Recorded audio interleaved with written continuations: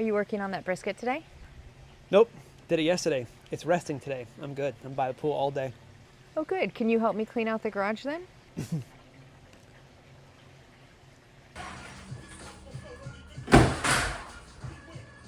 Hi, I'm Lord Saunders. You might know me from some other barbecue self-help videos such as Help, Help, My Smoker's on Fire and Am I Eating Too Much Meat or Is My Doctor Actually a Jerk? Today, we're going to talk to you about the 5 most common mistakes that people make when making a brisket and how to avoid them. All Troy McClure intros aside, I did want to address a couple of pitfalls that are easy to run into when you're doing a long cook like a brisket. It's a difficult cut of meat, it's a lot of work, it's a lot of time, and the last thing you want is to spend all this time just to not come out the way that you want it to. So let's talk about a couple of the common mistakes, common pitfalls, and let's get your brisket going to the next level. The number one mistake I see on the internet is that people are not trimming their brisket. You have to trim your brisket. If you don't, you're gonna have thin pieces that burn. You're gonna have pockets of seasoning that don't belong there. You're gonna have uneven cooking. Your temperatures are gonna be all over the place. And you're gonna have big pockets of fat that you're not gonna wanna eat and are gonna be a waste of all the seasoning that you put on there. And if you don't trim it enough, you're definitely not gonna get the smoke penetration that you're looking for. What's the point of cooking a brisket if you're not gonna get the nice, good smoke penetration? So, first and foremost, trim your brisket. Mistake number 2, not planning the cook, right? It's the classic case. We'll get the meat on Friday, we'll cook it on Saturday, we'll have people over for drinks on Saturday night, we'll eat the meat, it'll be great, right? It's not great. You know why? Because inevitably, the meat took too long. We're sitting there with plates, everybody comes over about 3, ready to eat by 5 o'clock rolls around, you still got like 10, 20 degrees to go on the brisket. Okay, and if it's not done, it's not done. And that means there's gonna be no rest time, it's gonna dry out immediately, right? And that just kind of didn't have the experience that you wanted to experience. So we fixed that in one of 2 ways. The first option is you get up early on Saturday, and that's the one that works for most people, right? Because they have stuff on Friday, they have to go to the office, whatever. So you get up. I recommend getting up around 3:30, seasoning your brisket that you trimmed the night before, and then you put it on the smoker by 4, right? By 4 o'clock in the morning.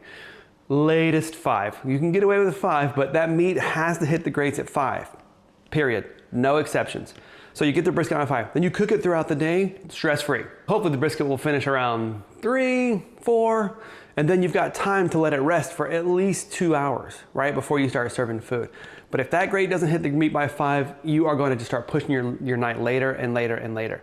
And it's really difficult because you want to eat, you want to have a good time, but if you get on there early, it's still going to be a successful brisket night. So, option 1, you put the meat on by 4, latest 5, and then you cook and let it rest for at least 2 hours, right? That usually will always provide a successful brisket cook. The other option that is my favorite, now I work from home, but there are ways to do it if you don't work from home, is to trim your brisket on Thursday or the night before like you did for the other brisket. And then on Friday, you season it and get the meat on the smoker by about noon. That will usually help you finish smoking your brisket and letting it cool on the counter to about 150 by about midnight, right? So you're kind of finishing up and getting it in the warming oven or cooler by about midnight, right? Then you've got the entire next day with stress-free enjoyment. The brisket's done, it's resting, it's in the warming oven at 150, it's in the cooler, you're maintaining that. Whatever the case, you are now free and clear to have the entire day. And I'm gonna talk about long rest later, but yes, that is an incredibly long rest. I rested a brisket for 18 hours before, I'm doing it again today. It's awesome. And again, your whole day, you can eat whenever you want because you're gonna have it, and you can have it for lunch, you can have it for dinner, you can schedule your whole day now because the brisket is done. So if you work from home like I do, it's very easy. You just, on your lunch break, you put the meat on the smoker and you start to cook it from there, check on it every so often, no problem. If you work from the office, that's okay. Have it ready to go, have someone put it on the smoker for you at 12, turn it on, ready to go. Again, when you get home 5 or 6 hours later, that's gonna be fine because that's about the time you need to start really paying attention to it anyway. So it's perfect. So again, plan your cook. Either get it on really, really early, the day that you're gonna eat it, or do it the night before and do a long rest. I promise you the results are gonna be great and it's gonna change your whole Saturday, weekend, party, event, whatever. It's gonna change that for the better. So try it out and let's move on to mistake number 3. Common mistake number 3, wrapping the brisket too early.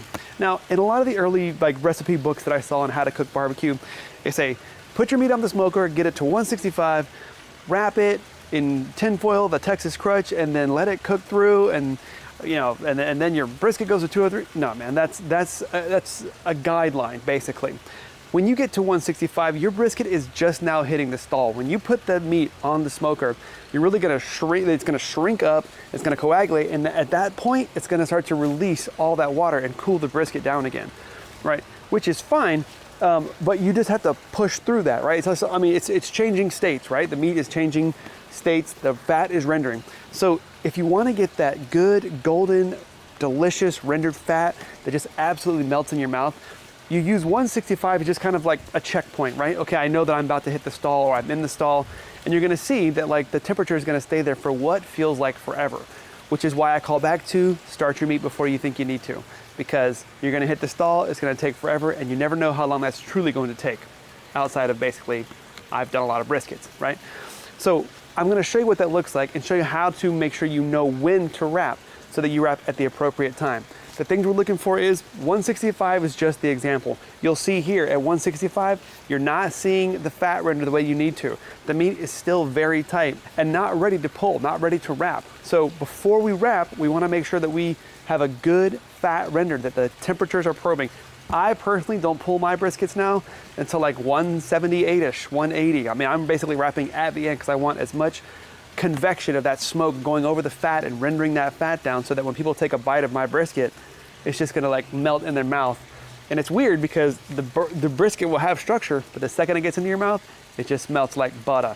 So let's take a look at what that looks like so you know what to do and how to avoid wrapping too early. Let's take a look. Okay, now you see here, the fat is still very hard, right? It's starting to render, we're seeing progress, but it's not quite rendering all the way we want. When this thing is ready to go, that fat is going to you're gonna poke your finger right through it. So we are making really good progress here, and that's great, but we're not quite there yet. So let's take a quick look at the temperature and see where we're at. We have this one, which is reading at 166. So this one's 166 right there, 171. So we're cooking very evenly overall. You can see here that, okay, we're a little bit higher there. We're starting to break through the stall on that one, but overall the brisket is still very tough. 156, 155, we're not ready yet. So I'm just gonna check over here. We're cooking a little faster here.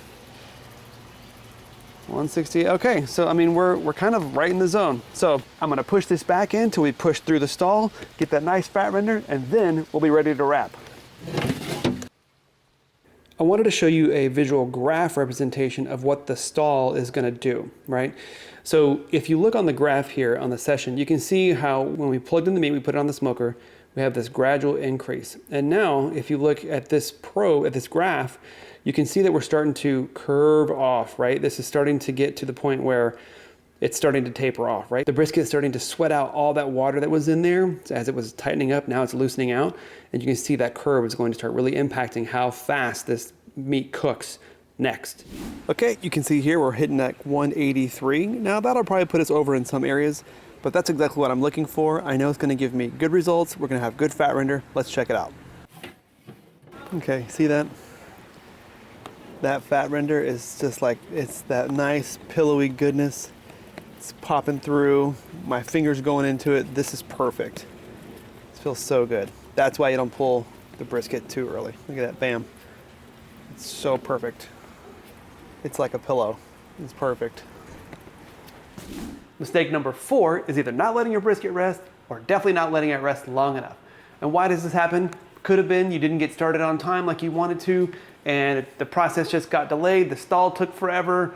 Who knows what happened, but at the end of the day, people are there now waiting with their plates in hand, ready to go. They've been smelling the brisket for the last couple of hours, but it's not ready. Or it just finished, but the guests have been here for a while, and so you do the unthinkable and you just pull it off the smoker and you slice into it. And that sucks because that means your brisket's gonna dry out immediately, right? So this is actually gonna come in with a bonus tip. When you finish smoking your brisket and it's done, you need to let that bad boy cool on the counter for about an hour and a half to up to 2 hours, depending on the size of the brisket, because that brisket needs to come down in temperature. Let it cool down at room temperature until it gets to an internal temperature of about 150. Then you put it in your warmer, okay? That's a little bonus tip there, but it's such a critical step, right? And by doing so, you're allowing all that juice and all that moisture to retain inside the brisket, right? If you were to slice in when it's still like very expanded, yeah, you'll see a lot of juice. It's gonna all exit the brisket. Your brisket's gonna be dry. And then now you're known as the person who made dry brisket. And we don't want that, right? We don't want to be known as a person who makes dry brisket. No, we need to give it its own proper time to sit there on the counter, let it cool. That way you reduce any chance of overcooking or carryover cooking, which can potentially lead to like basically pot roasting the brisket, right? A brisket is only a few degrees away from becoming a delicious brisket or turning into like a different temperature, texture, and flavor profile of pot roast, right?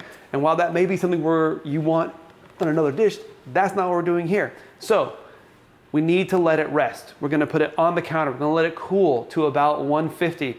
Then we're gonna do one of 3 methods of letting it rest. Now, when I first joined Jeremy's Discord years ago, I asked him about this because I didn't know about all these warming methods I'm gonna show you, was what really do we need to do here? Like, is a brisket safe overnight in a cooler? And ultimately the answer is yes, but let's talk about how to do that properly. So you have one of 3 ways to rest your brisket. Number 1, a cooler. Number 2, you can do something like this. I ordered this online. I think I got it on Amazon, but they're always in Facebook Marketplace. This is a commercial food warmer. You can get these for a couple $100. You put water in the bottom, you put your pan inside, and then you put your brisket on that, you cover it up, and Bob's your uncle. Or the third one is if your oven has a warming setting like this one does. This one can go down to 150 degrees. I put my briskets in there, which is perfect, as you can see. It's a great place to warm your brisket. Or if you have the toaster-sized oven that will do a warming setting and you can fit your brisket in there, that's actually your 4th option. Man, that smells so good right now. The key thing when doing a cooler rest is get some boiling hot water. Get a nice big amount of boiling hot water, dump it in the cooler, close the lid. Let that sit there for a few minutes. I would actually probably do it twice to have a really good, good amount of heat in there. Dump out that water, then put your brisket in there, right? You want that brisket to have kind of like a preheated oven for the brisket to rest, right? If you have one of these, this takes some trial and error because I know that like I've had mine too hot before, just a matter of trying it out. I probably put like an oven thermometer in there just to kind of see what the temperatures are, what setting I need to turn the front of it on so that I get a good setting that's not gonna like, again, continue to cook it.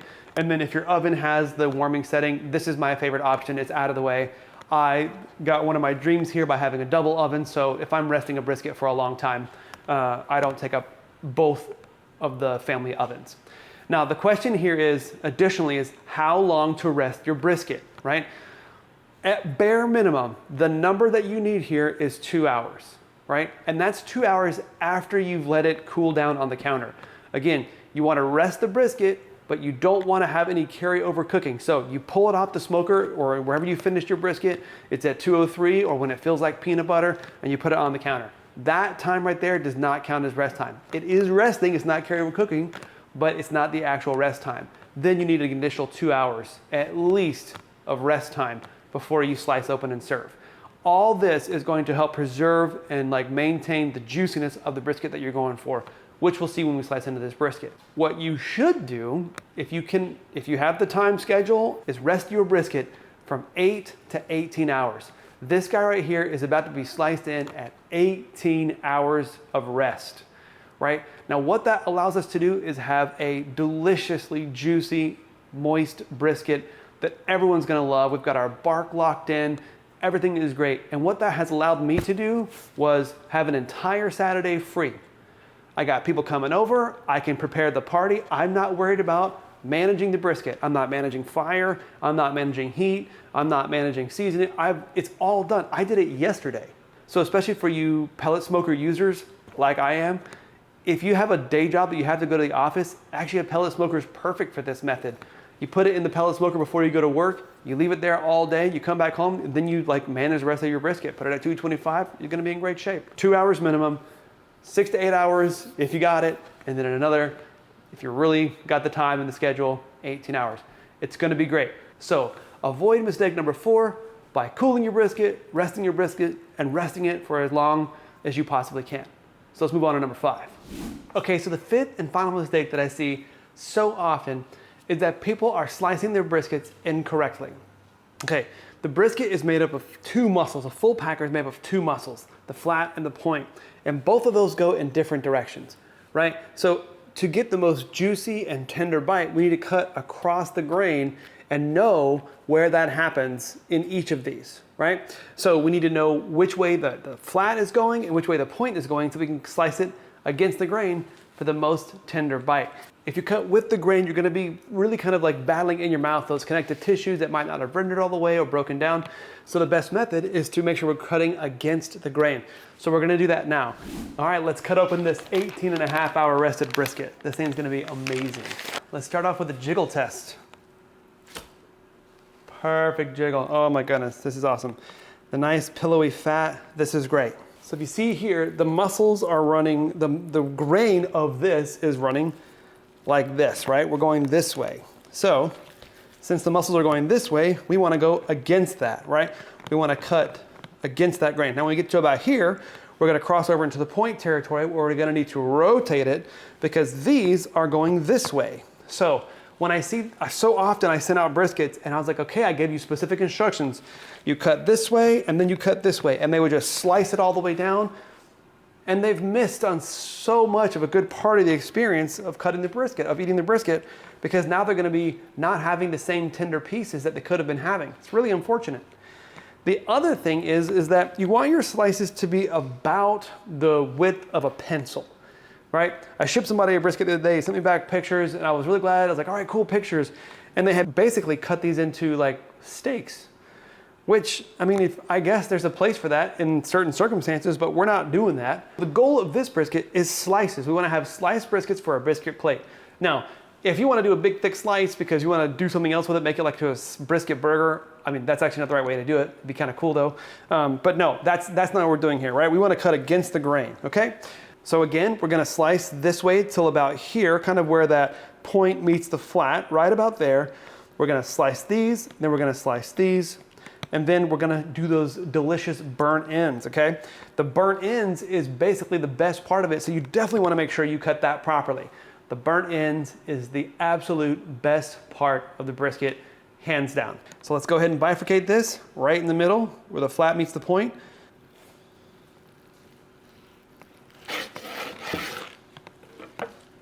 Look at that, look at that. Nice. So we want to get to these burnt ends, right? So I always kind of goes, come to the side where you'll see here. So you want to catch it on this side. This is where we're going to get our burnt ends from. Remember, the grain of this one runs this way. So we want to cut this way. We want to do a nice thick cut here that we're going to turn into the burnt ends. Okay? Now, I probably should have gone a little bit thicker on that one, honestly. And this is our burnt end. That right there is a thing of beauty.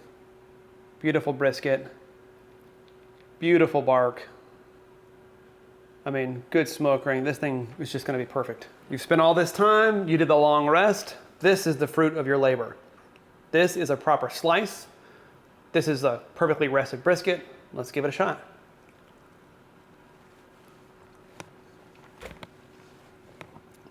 That is unbelievable.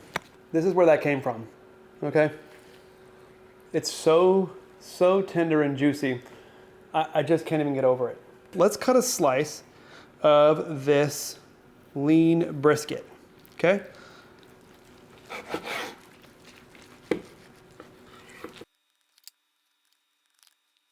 Okay, you can see I'm cutting these slices to about the size of a pencil.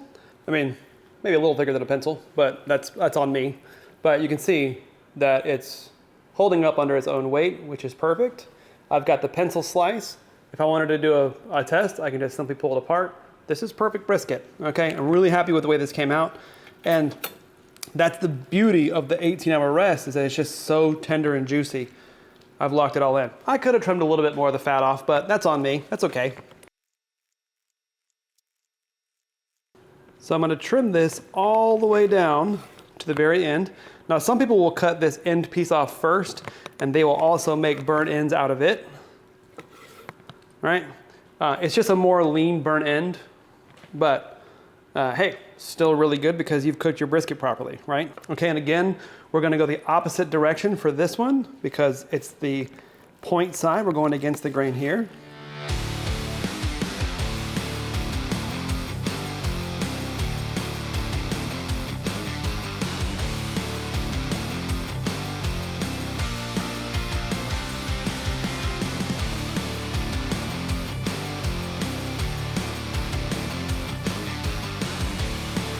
So there you have it, the top 5 things to avoid when making a brisket. You're gonna spend all the time doing it. It's always worth it. Take the time to do it right and you will not be disappointed. Let me know if you have any things that I should avoid in my briskets for the next cook, and thanks for watching. See you on the next one.